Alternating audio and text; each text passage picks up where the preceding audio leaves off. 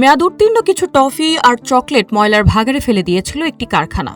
আর সেসব চকলেট কুড়িয়ে নিতে ওই ময়লার ভাগাড়ে হুমড়ি খেয়ে পড়েছেন ভারতীয়রা। মুহূর্তেই এই ঘটনার একটি ভিডিও ছড়িয়ে পড়েছে অনলাইনে, আর এতে ভারতীয়দের নিয়ে হাসাহাসি করছেন নেটিজেনরা। সোশ্যাল মিডিয়ায় ছড়িয়ে পড়া এই ঘটনায় একাধিক ভিডিওতে দেখা যায় রাস্তার পাশে থাকা ময়লার ভাগাড়ে হুমড়ি খেয়ে পড়েছেন নারী, পুরুষ, জোয়ান, বৃদ্ধ সবাই। যে যেভাবে পারছেন কুড়িয়ে নিচ্ছেন নানা ধরনের চকলেট। কেউ চকলেটের কৌটা নিচ্ছেন তো কেউ নিচ্ছেন বাক্স, কেউ আবার চকলেটের আস্ত কার্টুন নিয়ে যাওয়ার চেষ্টা করছেন বাড়িতে। এ সময় ঘটনার ভিডিও ধারণ করেন কয়েকজন। ভারতীয় সংবাদ মাধ্যম প্রভাত খবরের প্রতিবেদন অনুযায়ী ঘটনাটি কানপুরের পঙ্কি শিল্প এলাকায়।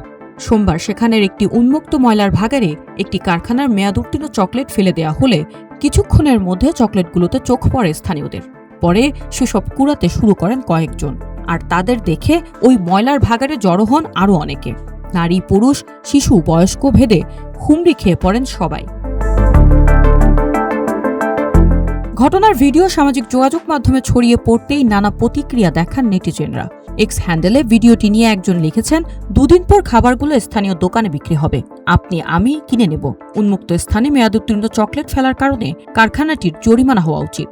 আরেকজন বলছেন, ফ্রি পেলে মানুষ বিষও খেতে রাজি। কেউ লিখছেন, ফ্রি শুনলেই পরিণতির কথা না ভেবে মানুষ হুমড়ি খেয়ে পড়ে। কেউ আবার মেয়াদ উত্তীর্ণ চকলেট কুড়ানো মানুষগুলোকে তুলনা করেছেন রাজনীতিবিদদের সঙ্গে।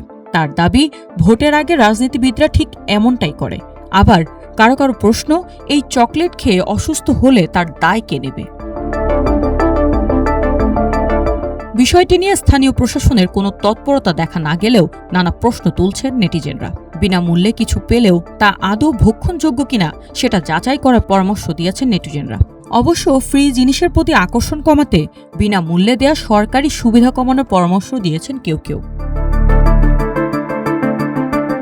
ডেস্ক নিউজ, প্রতিদিনের বাংলাদেশ।